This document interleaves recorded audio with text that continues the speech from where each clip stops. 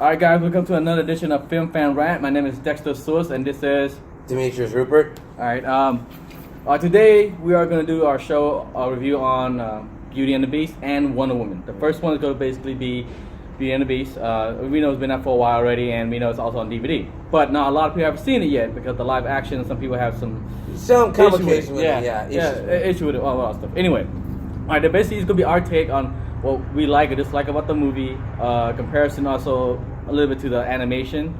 But overall, it's basically our opinion. Remember, all movies are subjective, so we may like it, we may not like it. Does not mean that, you don't have to agree with us. You could disagree. Yeah, give your own opinion when you go see the movie. Like, you don't have to listen to us. You can just watch this and say, and go, oh, I'm just going to watch it. Yeah, basically, it's, everybody's a critic in our world, and we're fans. That's why our channel is called Film Fan Rant. All right, not critic rant because we're not really critics. We're not critics. We're just ranting about it. We're ranting about it. All right. All right. Okay. So this movie is from Disney, of course. Beauty and the Beast is an adaptation of the animation. There are a few changes that they did in it. So some of them I agree with, some of them I don't agree with. But that's just basically me. Let's start off with what you like about the movie. So what did you like about Beauty and the Beast? What I liked about it, they actually got the songs and they're good. I thought they might mess it up a bit. Like, especially the best one, like, Be Your Guest. Oh, yeah. That was a great version of it. It is. Like, wow. I was shocked in how they did it. I had to give prop to Ewan McGregor to even execute that. Exactly. Okay, I'm like, he did a really good job, And, like, you really believe that he's Lumiere, Exactly. So I enjoy that. Clogsworth. That was a funny version of Clogsworth. I shit you not. The old Magneto had freaking. He did good. Oh, man, he did a good job. It was made me laugh. Great job on that one. You have to admit, and all the characters played themselves to me really well. That's what I like about it. Yeah, it really was. What's another part that you like about it? What's another thing that you like about it? The other part I liked about it, how they actually did do the Beast. People were complaining about that already, but I wasn't like, he's a beast. He ain't supposed to look fantastic already. That's when he was human before he changed. So yeah, he's gonna look like that. And yeah, it has CGI stuff like too, but I liked it like that because I bet when they thought about it, make the makeup and all that, but that probably is too much to put on a human body. Well, not really, man. I mean, not real prosthetic wise nowadays. They can do it, and a lot of the CGI now. I mean, come on, you saw Caesar in, not out of context wise. Exactly. Planet of the Apes, he looked like an ape. He looked like an ape. That's the reason why I like the CGI. He did look like a beast. Could have been fixed up a tiny bit more, but it still was what I liked, though. So that's one part I didn't really like much about it. But the thing is, what I noticed about the movie is that it started off him looking to me as a from a beast wise. You've seen him for the first time, he looked kind of handsome as a beast. Exactly. But as the movie progressed, what I noticed that the CGI kind of got a little bit better, where he looked more beastly. More beastly, yeah. And then it progressed. I'm like, okay, it got better from there. Now, overall, to me, I love the acting in this movie as well. Yeah. Everybody played the role, especially Josh Gad. The way he did. When he sang the song with for Gaston. Oh yeah, for Gaston. And he threw his own little twist on it. Like I don't know how to spell. I'm illiterate. I'm like, oh, that's funny. That's funny. Man. But everybody know, and some people do have that issue with him. Yeah, that he's being gay, but I don't like. But you know what though? I got to take the side of Josh Gad's character in this one because look, you seen the original animation? The characters sang about a guy masculinity that he likes. Exactly. Okay, so you can't really be like, well, this character is, he's gay. Like, yeah, exactly. You know what? You watch the animation, he kind of give you, he is gay. He kind of, even though he starts talking to women, he goes, nah, he's just talking as a friend. Like, no, honestly. Come on, he's describing the guy's pectoral and all this stuff. Everything. So anyway, Luke Evans plays plays Gaston.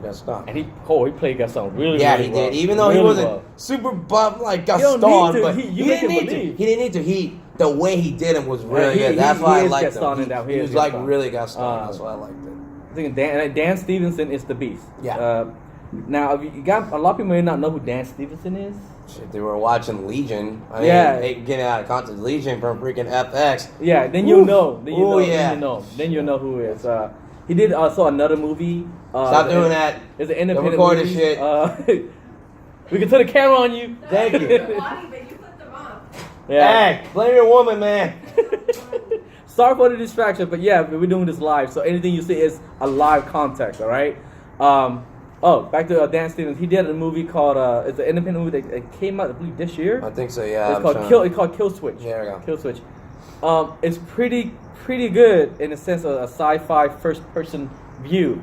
This movie is from a first-person point of view. I never had a chance to watch it. It looked really interesting, so I'm curious if it will get on Netflix. No, on Netflix. Yeah, so that'd be cool. if you guys haven't seen it, go check out Kill Switch. There's a lot of other movies named Kill Switch, but look for the one with Dan Stevenson on it, all right? Just to let you know. Now, back to Beauty and the Beast.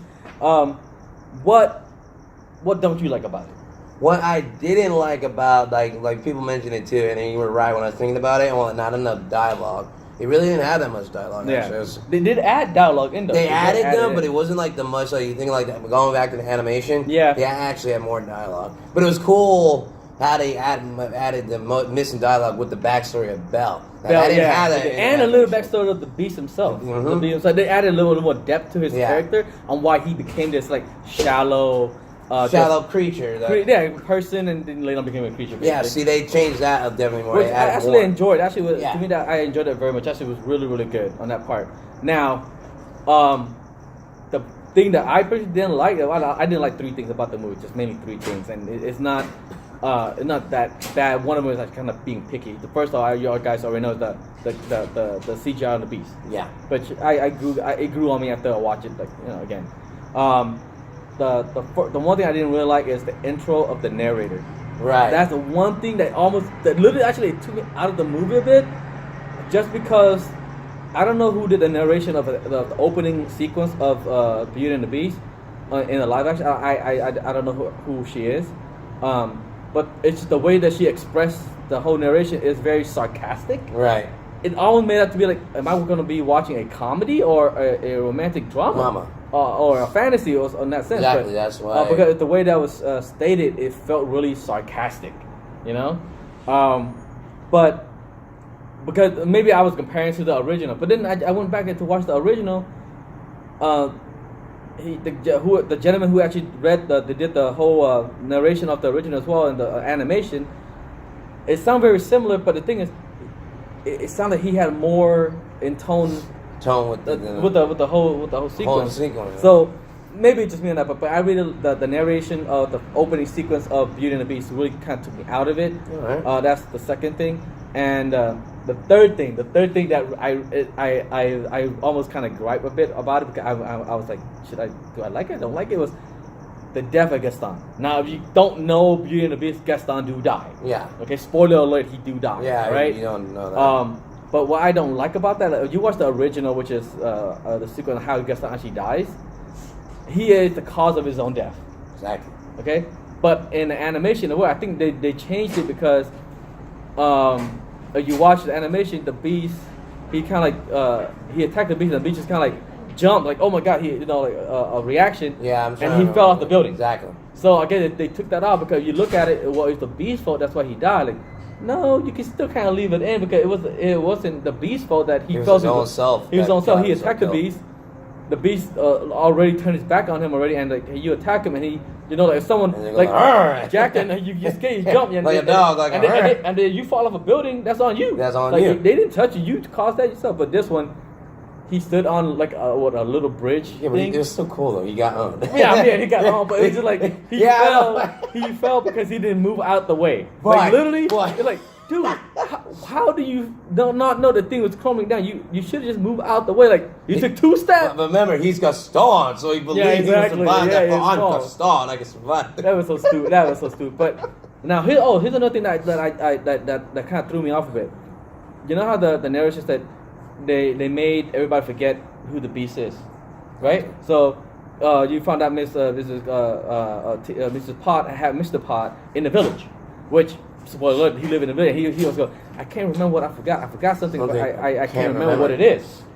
So with that, it made it where everyone forgot the prince, forgot where they came from, literally forgot the Beast even existed. And what got me is that, okay, so if everybody actually lived in the village, the only people that didn't come from the village was Belle and her father. Right. Gaston is in the village. The question is, who is Gaston to the Beast? Exactly. who is he to the Beast then? Can you imagine? Okay, because that means Gaston had to know who the Beast really is. If the Beast become the curse is lifted, then everybody remember who they are.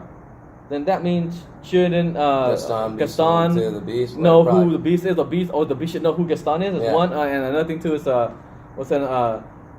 Josh Gad and I forgot his character name. Gustav.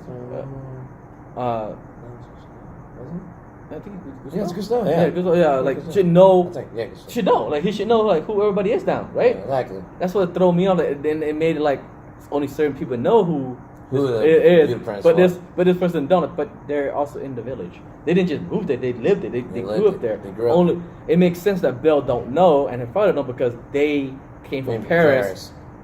Yeah, like we were talking about that. They added like a backstory for Belle. So yeah. So that's why it was different.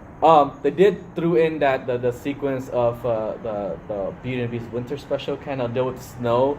Hey, that was an awesome one. Look, I'm not gonna spoil it, but you're gonna laugh your ass off. So it was cool to me. I said it was cool because it just extended the movie a little bit to show you that part. Yeah. And that's what they did. So overall, what is your final thought on Beauty and the Beast? My final thought is it's a 2 thumbs up. You should go see it, especially if you're a Disney fan.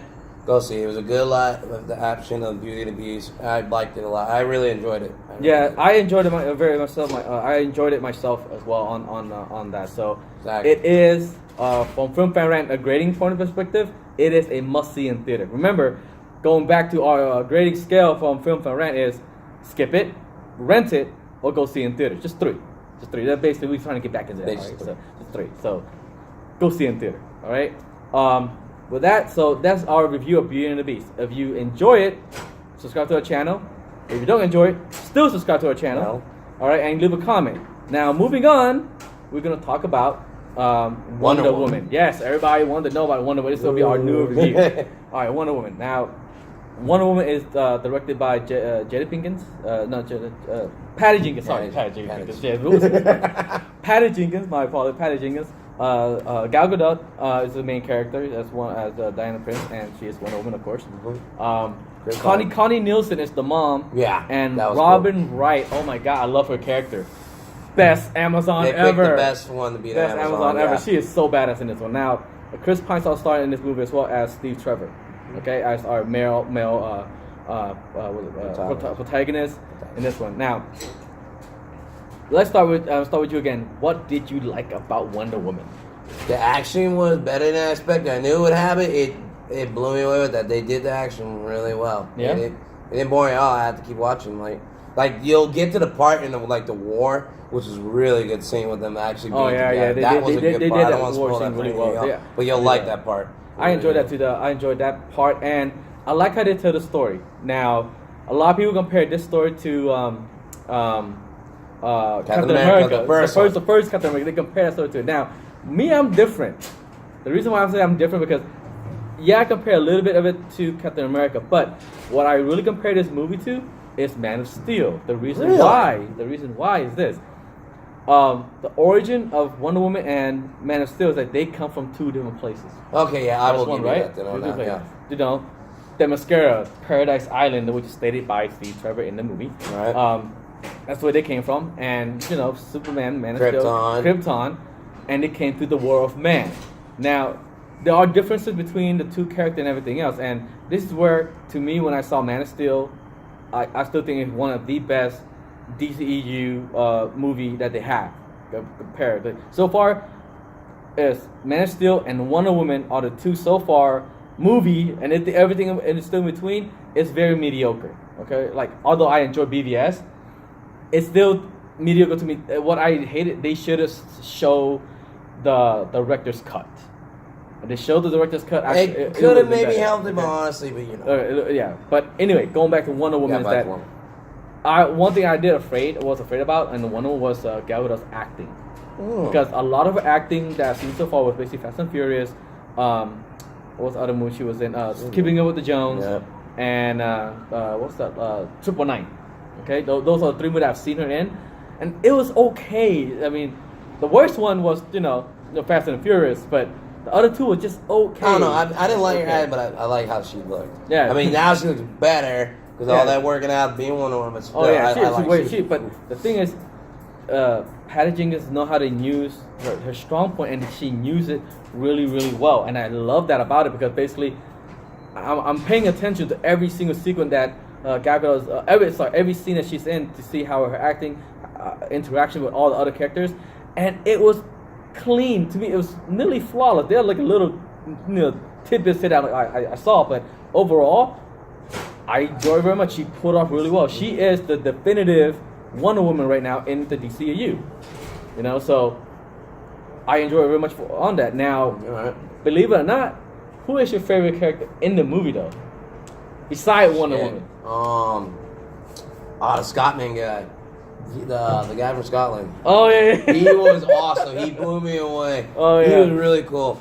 Yeah. Like the moment he got introduced, I recognized the actor too, but like the way he played him was really good. Oh yeah. It was a small role, and the photo. Remember, and not really a spoiler. Have you seen BVS? It's a photo that Wonder Woman is after from Lex Luthor. Yep. Well, Bruce Wayne got that back for her, and that photo, just for that little scene, said a lot about the movie already. Exactly. The tone, it set the tone right when she opened up and she saw like, boom, it set the tone. Starts lyric. Now, my favorite character in this one though, I had to say this, is Robin Wright.